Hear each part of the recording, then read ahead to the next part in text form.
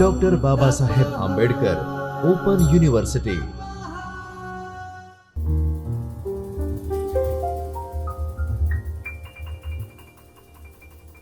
નમસ્કાર વિદ્યાર્થી મિત્રો, ડૉક્ટર બાબા સાહેબ આંબેડકર ઓપન યુનિવર્સિટીના ચૈતન્ય સ્ટુડિયોમાં હું ડૉક્ટર રામકુ ભેડા આપ સૌનું હાર્દિક સ્વાગત કરું છું। આજે મિત્રો આપણે paper number 4 social science and understanding India unit number 5 Indian political system part 2ની વાત કરીશું, જેમાં આપણે ભારતીય સંવૈધાનિક સંસ્થા અથવા ભારતીય રાજ્ય વ્યવસ્થાના મહત્ત્વના અંગ ભારતીય સશસ્ત્ર દળો અને ભારતીય આર્મી ઉપર વાત કરીશું। તો આપણે પત્રકારત્વના વિદ્યાર્થી તરીકે ભારતના જે સશસ્ત્ર બળો છે કે અર્ધલશ્કરી જે દળો છે તો તેની માહિતી આપણે શા માટે લેવી જોઈએ અને તેનું જ્ઞાન આપણને શા માટે હોવું જોઈએ। તો આપણે સૌ મિત્રો જાણીએ છીએ કે વર્તમાનમાં જે ઓપરેશન સિંદૂર થયું, JNKમાં પહેલગામમાં જે રીતે આતંકી હુમલો થયો, તો આ દરેક વસ્તુઓમાં ક્યાંક ને ક્યાંક સમાચારના સ્ત્રોતો સંકળાયેલા છે અને આ અર્ધલશ્કરી દળો કે સશસ્ત્ર દળો જે છે તે આપણને ક્યાંક ને ક્યાંક સમાચાર સ્ટોરી અથવા વૃત્તાંત નિવેદનો આપણા માટે લઈને આવતા હોઈએ છીએ।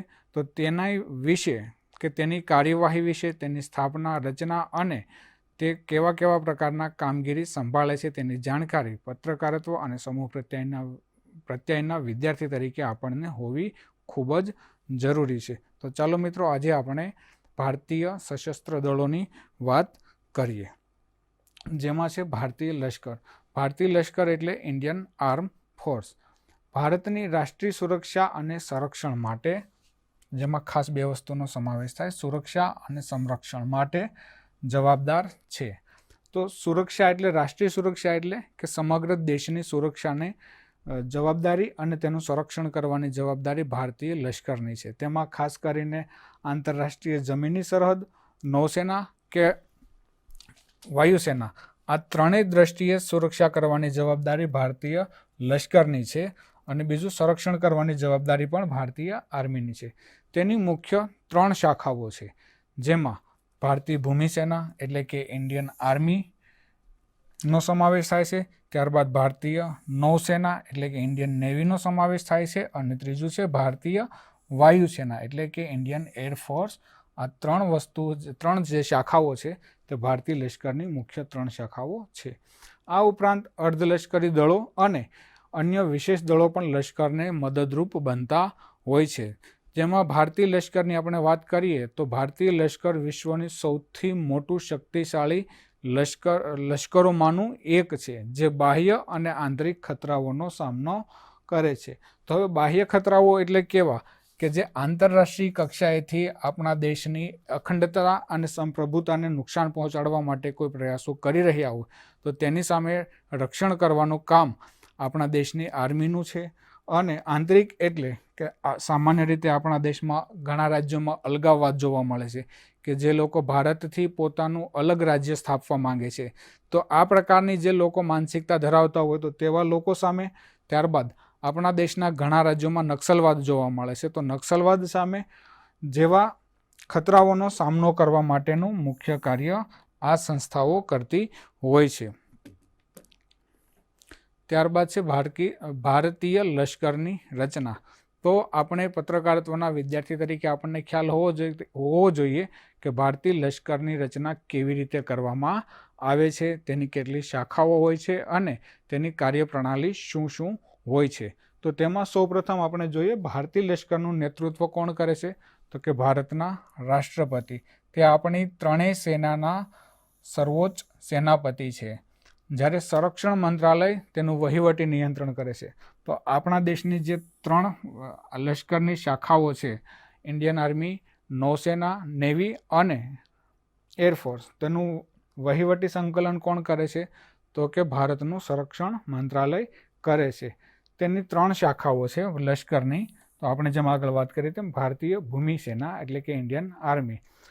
ઇન્ડિયન આર્મીની સ્થાપના ક્યારે થઈ હતી, તો કે ઇન્ડિયન આર્મીની સ્થાપના 1895માં ઔપચારિક રીતે બ્રિટિશ શાસન હેઠળ કરવામાં આવી હતી। ત્યારબાદ 1947માં સ્વતંત્ર ભારતમાં ભારતીય સેનાની ભૂમિ સેનાની સ્થાપના કરવામાં આવી હતી. તો હવે ભારતીય ભૂમિ સેનાની શું શું જવાબદારીઓ છે? તો ભૂમિ આધારિત યુદ્ધ અને સરહદી સુરક્ષા.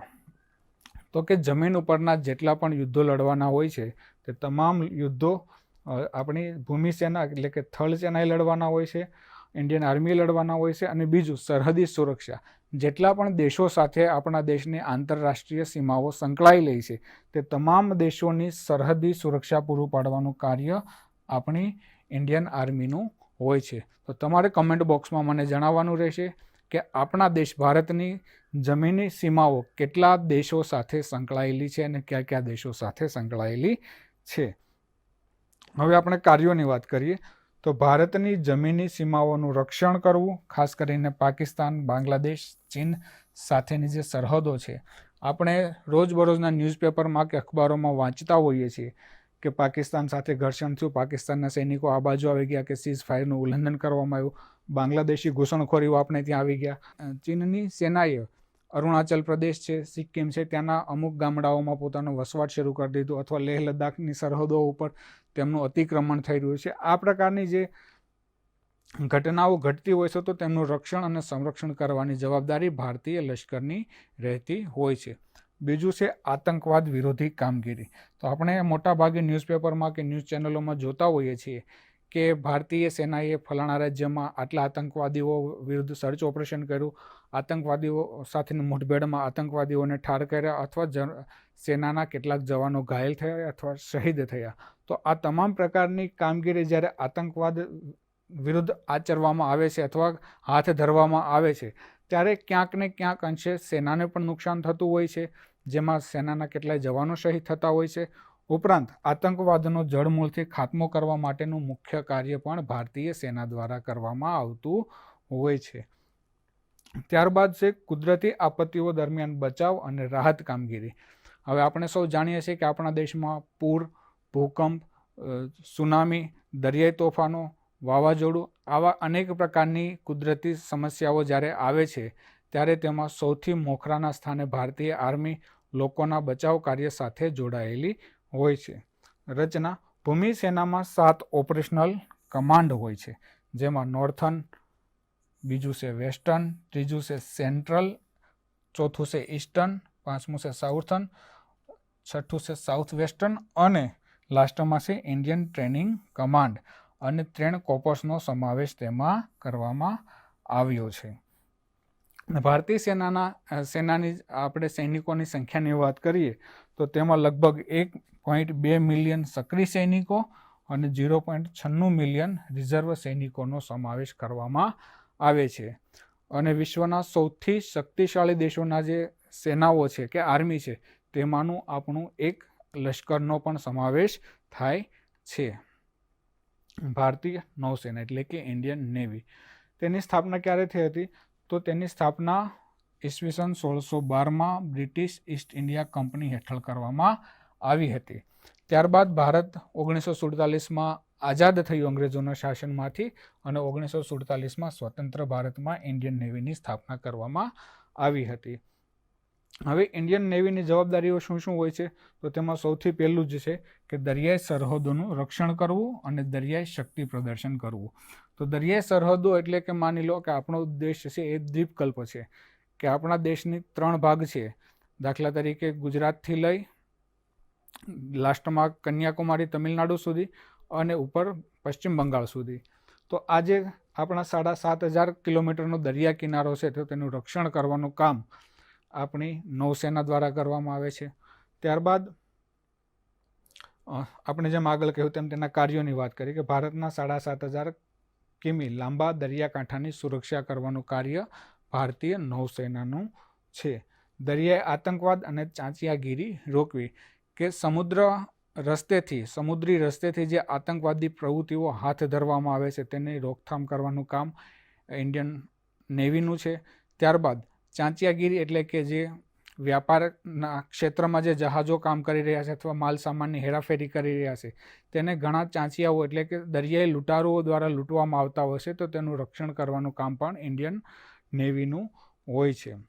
યુદ્ધના સમયે દરિયાઈ હુમલા એટલે કે જ્યારે આપણા દુશ્મન દેશ સાથે યુદ્ધ થાય તો આપણા તરફથી આપણા દરિયા ક્ષેત્રમાં ઇન્ડિયન નેવી આપણા તરફથી યુદ્ધ લડતી હોય છે અને નૌકાદળનું સંપૂર્ણ નિયંત્રણનું કાર્ય ઇન્ડિયન નેવી કરતી હોય છે. તેની રચના, તેમાં મુખ્ય 3 કમાન્ડ છે. વેસ્ટર્ન નેવલ કમાન્ડ, એનું હેડક્વાર્ટર્સ મુંબઈમાં છે. ત્યારબાદ છે ઈસ્ટર્ન નેવલ કમાન્ડ, તેનું હેડક્વાર્ટર વિશાખાપટ્ટનમમાં છે. અને સાઉથર્ન નેવલ કમાન્ડ એટલે કે તેનું હેડક્વાર્ટર કોચી એટલે કે કેરલામાં છે. તેની મુખ્ય સંપત્તિની આપણે વાત કરીએ તો વિમાનવાહક જહાજો, જેમાં INS Vikramaditya, INS Vikrant, submarine Arihant વર્ગ સિંધુઘોષ અને ડિસ્ટ્રોયર વિશાખાપટ્ટનમ વર્ગનો સમાવેશ થાય છે. આપણે નેવીના જવાનોની વાત કરીએ તો 67,000 જેટલા સક્રિય સૈનિકો અને 150થી વધુ જહાજો કાર્યરત છે. વાયુસેના એટલે કે ઇન્ડિયન એરફોર્સ. ઇન્ડિયન એરફોર્સની સ્થાપના વર્ષ 1932માં બ્રિટિશ શાસન હેઠળ કરવામાં આવી હતી. ત્યારબાદ 1947માં જેમ આગળની બંને આર્મીઓને સ્વતંત્ર ભારતમાં સ્થાપના કરવામાં આવી અથવા તેનું ભારત પાકિસ્તાનનું વિભાજન થયું, તો તે અંતર્ગત 1947માં સ્વતંત્ર ભારતમાં તેમની સ્થાપના કરવામાં આવી હતી. હવે ભારતીય વાયુસેનાની જવાબદારીઓની વાત કરીએ તો હવાઈ સુરક્ષા અને યુદ્ધ ક્ષમતા. હવે આકાશી માર્ગે જે હુમલા થાય છે તેનું સંરક્ષણ કરવું અને યુદ્ધ કરવું એ બંને ઇન્ડિયન એરફોર્સનું મુખ્ય કાર્ય છે. ત્યારબાદ છે તેમના કાર્યોની વાત કરીએ તો ભારતના હવાઈ ક્ષેત્રનું રક્ષણ કરવું. તો આપણે જે હમણાં વાત કરી કે ઓપરેશન સિંદૂર, તો તેમાં જે રીતે દુશ્મન દેશમાં એટલે કે પાકિસ્તાનમાં અથવા POKમાં જે આતંકવાદીઓના ઠેકાણાઓ પર હુમલો કરવામાં આવ્યો, જે રીતે સ્ટ્રાઇક કરવામાં આવી, તો તેમાં ભારતીય હવાઈ સેના એટલે કે ઇન્ડિયન એરફોર્સનું ખૂબ જ મહત્ત્વનું યોગદાન રહ્યું હતું. ત્યારબાદ પાકિસ્તાન દ્વારા જે રીતે આપણા દેશમાં ડ્રોન્સ વડે હુમલો કરવામાં આવ્યો, મિસાઇલ વડે હુમલો કરવામાં આવ્યો, તો તેમના તમામ હુમલાઓને નિષ્ફળ બનાવવાનું જો કોઈ મુખ્ય કાર્ય કોઈએ કર્યું હોય તો એ ભારતીય વાયુસેનાએ કર્યું છે. તો બંને રીતે જોઈએ તો આપણે યુદ્ધના સમયે સંરક્ષણાત્મક અને રક્ષણાત્મક કાર્યવાહી કરવાનું કાર્ય ઇન્ડિયન એરફોર્સ કરે છે. ત્યારબાદ છે બચાવ કામગીરી અને વ્યૂહાત્મક ટ્રાન્સપોર્ટ. હવે આપણે જેમ આગળ વાત કરી તેમ કે જેટલી પણ કુદરતી આપત્તિઓ આવે છે તો તેમાં આપણા દેશના જે નાગરિકો ફસાય છે અથવા સશસ્ત્ર સેનાબળો મોકલવાનું હોય છે, અધિકારીઓ મોકલવાનું હોય છે કે સૈનિકો મોકલવાની જે કામગીરી હોય છે તે ભારતીય હવાઈ સેના દ્વારા કરવામાં આવતી હોય છે. અને બીજું છે વ્યૂહાત્મક ટ્રાન્સપોર્ટ એટલે કે દાખલા તરીકે જે જંગલના દુર્ગમ વિસ્તારો છે ત્યાં સામાન્ય રીતે રસ્તાઓ નથી, તેવા વિસ્તારોમાં માલ સામાનને લઈ જવાનું કાર્ય ભારતીય વાયુસેના દ્વારા કરવામાં આવતું હોય છે. દાખલા તરીકે સિયાચીનના જે ઉપરના વિસ્તારો છે તો ત્યાં સામાન્ય રીતે સામાન્ય માણસો કે વાહનો જઈ શકતા નથી, તો તેવી સ્થિતિમાં ત્યાં સૈનિકોને ખોરાક, પાણી કે અથવા અન્ય જીવન જરૂરી વસ્તુઓ પહોંચાડવાનું કામ પણ ભારતીય વાયુસેના એટલે કે ઇન્ડિયન એરફોર્સ દ્વારા કરવામાં આવે છે. તો તેની રચનાની વાત કરીએ તો તેમાં 5 ઓપરેશનલ કમાન્ડ હોય છે, જેમાં છે વેસ્ટર્ન, સેન્ટ્રલ, ઈસ્ટર્ન, સાઉથર્ન અને south western. Rafale, Sukhoi Su-30, MKI, Tejas, MiG-29 અને હેલિકોપ્ટર્સ અપાચે અને ચિનુકનો સમાવેશ થાય છે. જવાનોની સંખ્યાની વાત કરીએ તો 1,40,000 જેવા સક્રિય સૈનિકો અને 1,700+ વિમાનોનો સમાવેશ થાય છે. ભારતીય લશ્કરના મુખ્ય કાર્યોની વાત કરીએ તો ભારતીય લશ્કરનું મુખ્ય કાર્ય છે તો કે રાષ્ટ્રીય સુરક્ષા. આપણે જેમ આગળ વાત કરી તેમ બાહ્ય દુશ્મનો સામે અને દેશની સરહદોનું રક્ષણ કરવાનું કાર્ય મુખ્ય કાર્ય છે. બીજું છે આંતરિક સુરક્ષા. તો આંતરિક સુરક્ષામાં દેશની અંદર જે આતંકવાદી પ્રવૃત્તિઓ પનપી રહી હોય છે અથવા સ્લીપર સેલ જે આતંકવાદીઓ આપણા વિરોધી દેશોને કે દુશ્મન દેશોને જે સપોર્ટ કરતા હોય છે, તો તેવા લોકોને ખોળી કાઢવા અને તેમની વિરુદ્ધ ચોક્કસ કાર્યવાહી કરવી. બળવો એટલે કે જે આપણા દેશની જે સરકાર છે, રાજ્ય સરકાર કે કેન્દ્ર સરકાર, તો તેની સામે શું કહેવાય, બળવો પોકારવો કે તેને લોકોથી ખતરો મહેસૂસ કરાવવો. ત્યારબાદ છે નક્સલવાદ વિરોધી કામગીરી. તો આ જે પ્રકારની નક્સલવાદની જે કામગીરી છે, આપણે સૌ જાણીએ છીએ કે ભારતના કેટલાક રાજ્યોમાં નક્સલવાદ આજે પણ પ્રવર્તમાન છે અને તેને નાથવા માટે આપણા અર્ધલશ્કરી દળો અને આપણી સેના હંમેશા કટિબદ્ધ રહે છે. કુદરતી આપત્તિમાં સહાય. તો ભૂકંપ, પૂર અને અન્ય આપત્તિઓમાં બચાવ અને રાહત કાર્ય કરવાની કામગીરી પણ આપણા લશ્કર દ્વારા કરવામાં આવે છે. ત્યારબાદ છે આંતરરાષ્ટ્રીય શાંતિ મિશન. સંયુક્ત રાષ્ટ્ર UN દ્વારા વિવિધ શાંતિ મિશનમાં ભાગ લે છે, જેમ કે કોંગો અને સુદાન વગેરે દેશોમાં. ભારતીય લશ્કર દેશની સુરક્ષા, સાર્વભૌમત્વ અને એકતાનો મજબૂત આધાર સ્તંભ છે. આપણે જેમ આગળ વાત કરી તેમ 3 સુરક્ષા, સાર્વભૌમત્વ અને એકતાનો મજબૂત આધાર છે. હવે આપણા દેશની સામે આ 3માંથી કોઈ પણ સામે ખતરો હોય તો આર્મી તેના સામે ચોક્કસ પ્રકારની કાર્યવાહી કરતી હોય છે અને આપણા દેશની અખંડિતતાને મજબૂત રાખવાનું કાર્ય કરતી હોય છે. તેની બહુમુખી ક્ષમતાઓની વાત કરીએ તો આધુનિક ટેકનોલોજી અને પ્રતિબદ્ધ સૈનિકો ભારતને વૈશ્વિક સ્તરે શક્તિશાળી રાષ્ટ્ર તરીકે સ્થાપિત કરે છે. ભારતના અર્ધલશ્કરી દળો. તો ભારતના અર્ધલશ્કરી દળોની વાત કરીએ તો તેમાં પેરામિલિટરી ફોર્સ એ દેશની આંતરિક સુરક્ષા, સરહદી સુરક્ષા અને અન્ય વિશેષ કાર્યો માટે જવાબદાર હોય છે. આ દળો ભારતીય સેનાની મુખ્ય 3 શાખાઓ જે છે તેનાથી અલગ હોય છે, પરંતુ તેમની તાલીમ અને કાર્યો લશ્કરી ધોરણો પર હંમેશા આધારિત રહેતા હોય છે. આ દળો મુખ્યત્વે ગૃહ મંત્રાલય અથવા સંરક્ષણ મંત્રાલય હેઠળ કાર્યરત હોય છે. સૌથી પહેલું આપણે જોઈએ અસમ રાઇફલ્સ. અસમ રાઇફલ્સની 1835માં કરવામાં આવી હતી. તેની જવાબદારી જોઈએ તો ઉત્તર પૂર્વ ભારત, ખાસ કરીને મ્યાનમાર સાથેની સરહદી સુરક્ષા અને આંતરિક શાંતિ જોવાનું કાર્ય અસમ રાઇફલ્સ દ્વારા કરવામાં આવે છે. તો આપણે ખાસ કરીને જોઈએ તો નોર્થ ઇસ્ટમાં જે જમીની સીમા છે તે આપણી મ્યાનમાર સાથે સંકળાયેલી છે. તો તે મ્યાનમાર સાથેની જે જમીની સરહદ છે આપણી તેનું સંરક્ષણ અને રક્ષણ કરવાનું કામ અસમ રાઇફલ્સ દ્વારા કરવામાં આવે છે. અને ત્યારબાદ નોર્થ ઇસ્ટના જે રાજ્યો છે 7 સિસ્ટર્સ તરીકે ઓળખાય છે તેની આંતરિક શાંતિની જાળવણી કરવાનું કામ પણ અસમ રાઇફલ્સ દ્વારા કરવામાં આવે છે. હવે અસમ રાઇફલ્સના કાર્યોની આપણે વાત કરીએ તો બળવા અને આતંકવાદ વિરોધી કામગીરી કરે છે. ત્યારબાદ ઉત્તર પૂર્વના રાજ્યોમાં કાયદો અને વ્યવસ્થા જાળવી રાખવાનું મુખ્ય કાર્ય કરે છે. તેના અધિકાર ક્ષેત્રની વાત કરીએ તો ગૃહ મંત્રાલય, પરંતુ ઓપરેશનલ નિયંત્રણ ભારતીય ભૂમિ સેના હેઠળ કરવામાં આવે છે. વિશેષ ઉલ્લેખ અસમ રાઇફલ્સ વિશે. અસમ રાઇફલ્સને ઈસ્ટનું સેન્ટિનેલ તરીકે જાણવામાં આવે છે અથવા ઓળખવામાં આવે છે. સીમા સુરક્ષા દળ બોર્ડર સિક્યોરિટી ફોર્સ એટલે કે BSF. તેની સ્થાપના વર્ષ 1965માં કરવામાં આવી હતી. તેની જવાબદારીની વાત કરીએ તો ભારતની આંતરરાષ્ટ્રીય સરહદો, ખાસ કરીને પાકિસ્તાન, બાંગ્લાદેશ સાથેની સરહદોની સુરક્ષાની જવાબદારી BSF સંભાળે છે. તો આપણે તેમના કાર્યોની વાત કરીએ તો સરહદ પર ગેરકાયદેસર ઘૂસણખોરી, દાણચોરી અને આતંકવાદી પ્રવૃત્તિઓને રોકવી. તો BSFનું મુખ્ય કાર્ય શું છે કે આંતરરાષ્ટ્રીય જે નાગરિકો છે જેની સાથે આપણે જમીનની સરહદ ધરાવીએ છીએ તો તેવા પાકિસ્તાન અને બાંગ્લાદેશમાંથી જે ગેરકાયદેસર ઘૂસણખોરી કરીને આવતા લોકો છે તેને રોકવા. ત્યારબાદ સોનાની કે ડ્રગ્સની કે ઝેરીલા પદાર્થોની કે કોઈ કેમિકલ્સની જે દાણચોરી થાય છે તેને રોકવાનું કાર્ય BSF દ્વારા કરવામાં આવે છે. ત્યારબાદ આતંકવાદી પ્રવૃત્તિઓ સાથે જે લોકો સંકળાયેલા છે તે તેમની જાણમાં આવે તો તેમના રોકથામ કરવાનું કાર્ય પણ BSF દ્વારા કરવામાં આવતું હોય છે. યુદ્ધના સમયે ભારતીય ભૂમિ સેનાને સહાય પૂરી પાડવાનું કાર્ય પણ BSFનું છે. તેમનું મુખ્ય અધિકાર ક્ષેત્ર ગૃહ મંત્રાલય છે.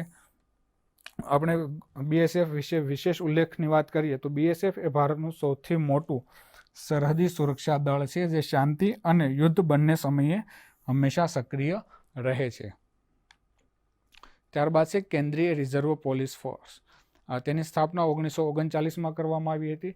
આપણે સૌ જાણીએ છીએ કે કેન્દ્રીય રિઝર્વ પોલીસ દળ જે રાજ્યમાં માની લો કોઈ જગ્યાએ રમખાણો ફાટી નીકળે છે અથવા કુદરતી આપત્તિઓ આવે છે અથવા નક્સલવાદ કે આતંકવાદ જેવી ઘટનાઓ બને છે ત્યાં તેમને સુરક્ષાની જવાબદારી આપવામાં આવે છે. તે આંતરિક સુરક્ષા અને કાયદો વ્યવસ્થા જાળવી રાખવામાં મદદરૂપ બનતી હોય છે. જેમ આપણે આગળ વાત કરીએ તેમ રમખાણો, ચૂંટણી ફરજ અને અન્ય આંતરિક ગડબડીઓને નિયંત્રિત કરવાનું કાર્ય CRPF દ્વારા કરવામાં આવે છે. જમ્મુ અને કાશ્મીરમાં આતંકવાદ વિરોધી કામગીરીમાં મુખ્ય ભૂમિકા ભજવે છે. તેમનું અધિકાર ક્ષેત્ર ગૃહ મંત્રાલય છે. CRPF એ ભારતનું સૌથી મોટું અર્ધલશ્કરી દળ છે જેમાં લગભગ 3 લાખથી વધુ જવાનો કાર્યરત છે. ત્યારબાદ છે Indo Tibetan border police ITBP.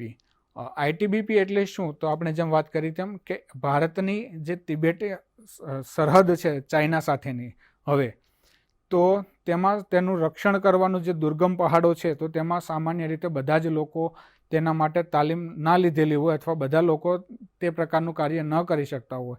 તેથી એક અલગ પ્રકારની ભારત સરકાર દ્વારા ફોર્સ તૈયાર કરવામાં આવી છે, જેની સ્થાપના 1962માં કરવામાં આવી હતી. હવે આપણે ITBPની જવાબદારીની વાત કરીએ તો ભારત અને ચીન સરહદ એટલે કે લદ્દાખથી અરુણાચલ પ્રદેશની સુરક્ષા વ્યવસ્થા જોવાની કામગીરી ITBPના ભાગે આવે છે. તેમના કાર્યોની વાત કરીએ તો હિમાલયના ઊંચા અને દુર્ગમ વિસ્તારોમાં સરહદ પર નજર રાખવી. આપણે જેમ વાત કરી તેમ કે બર્ફીલા પહાડો હોય છે અથવા બર્ફીલા તોફાનો આવતા હોય છે અને જંગલનો એરિયા હોવાથી તેમાં ઘણી બધી સમસ્યાઓનો સામનો કરવો પડતો હોય છે. ત્યારબાદ છે આતંકવાદ વિરોધી અને આંતરિક સુરક્ષાને લગતી કામગીરી પણ ITBP દ્વારા કરવામાં આવે છે. કુદરતી આપત્તિઓ દરમિયાન બચાવ કામગીરીનું કાર્ય પણ ITBP દ્વારા કરવામાં આવે છે. તેમનું અધિકાર ક્ષેત્ર પણ ગૃહ મંત્રાલય હસ્તગત છે. ITBP એ ઊંચાઈવાળા અને પડકારજનક ભૂપ્રદેશોમાં કામ કરવા માટે ખાસ તાલીમ આપવામાં આવે છે. આપણે જેમ વાત કરી તેમ. ત્યારબાદ છે સશસ્ત્ર સીમા બળ SSB. તેની સ્થાપના વર્ષ 1963માં કરવામાં આવી હતી. તેની જવાબદારી ભારત, નેપાળ અને ભારત ભૂટાન સરહદોની સુરક્ષા કરવાની છે. ત્યારબાદ તેમના કાર્યો ગેરકાયદેસર ઘૂસણખોરી અને દાણચોરી રોકવી, સરહદી વિસ્તારોમાં આંતરિક સુરક્ષા અને શાંતિ જાળવી, ખાસ કરીને ભારત, નેપાળ અને ભારત ભૂટાનની સરહદો પર. તેમનું અધિકાર ક્ષેત્ર પણ ગૃહ મંત્રાલયના હસ્તક છે. ત્યારબાદ છે કેન્દ્રીય ઔદ્યોગિક સુરક્ષા એકમ એટલે કે central industrial security force CISF, જેને આપણે ટૂંકમાં કહીએ છીએ. તેમની સ્થાપના વર્ષ 1969માં કરવામાં આવી હતી. તેની જવાબદારીની વાત કરીએ તો તેની જવાબદારી એકમાત્ર એવું દળ છે જે સરકારી અને ખાનગી બંને જ જગ્યાએ સુરક્ષા આપવાનું કાર્ય કરે છે. સરકારી અને ખાનગી ઔદ્યોગિક એકમો, જાહેર સ્થળો અને મહત્વની સંસ્થાઓની સુરક્ષા કરવાનું કાર્ય CISFને સોંપવામાં આવે છે. તેમના કાર્યો જોઈએ તો એરપોર્ટ, મેટ્રો, અણુ સંશોધન કેન્દ્રો અને અન્ય મહત્વના સ્થળોની સુરક્ષા ઉપરાંત VIP સુરક્ષા, Z શ્રેણી સુરક્ષામાં પણ CISFના જવાનોની નિમણૂક કરવામાં આવતી હોય છે. તેમનું અધિકાર ક્ષેત્ર પણ ગૃહ મંત્રાલય હસ્તક છે. ત્યારબાદ તેમનો વિશેષ ઉલ્લેખ, CISF એ ભારતનું એકમાત્ર એવું દળ છે જે સરકારી અને ખાનગી બંને ક્ષેત્રોમાં સુરક્ષા પૂરી પાડવાનું કાર્ય કરે છે. રાષ્ટ્રીય સુરક્ષા ગાર્ડ, નેશનલ સિક્યુરિટી ગાર્ડ એટલે કે NSG, જેની સ્થાપના વર્ષ 1984માં કરવામાં આવી હતી. તેની જવાબદારી છે આતંકવાદ વિરોધી અને વિશેષ કામગીરી.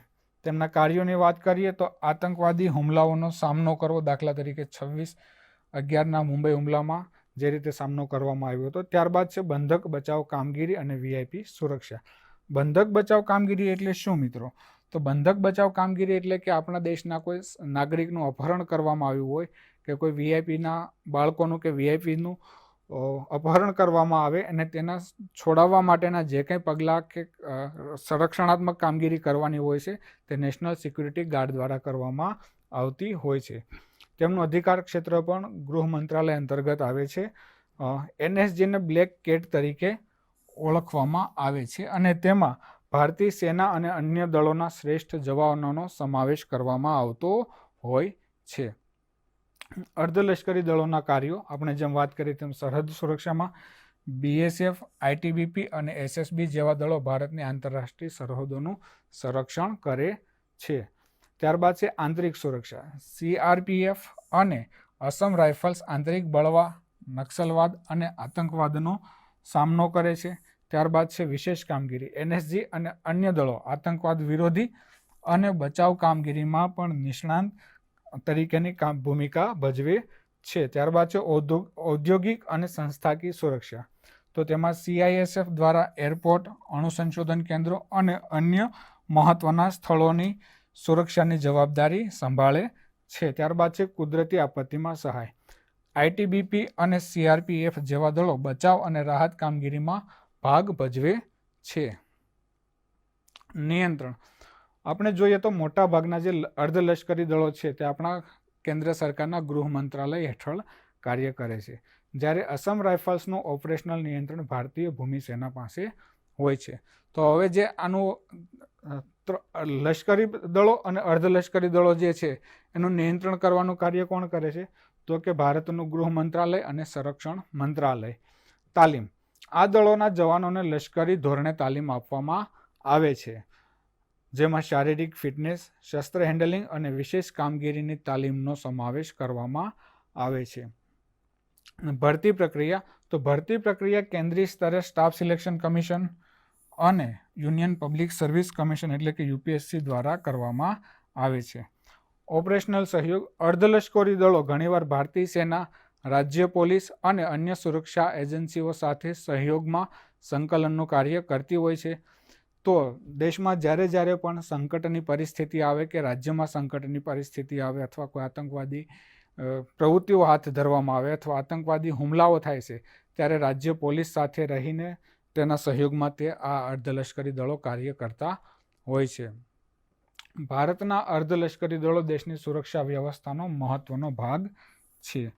તેઓ બાહ્ય અને આંતરિક ખતરાઓનો સામનો કરવા માટે નિર્ણાયક ભૂમિકા ભજવે છે અને તેમની બહુમુખી ક્ષમતાઓ ભારતની રાષ્ટ્રીય સુરક્ષાને મજબૂત બનાવે છે.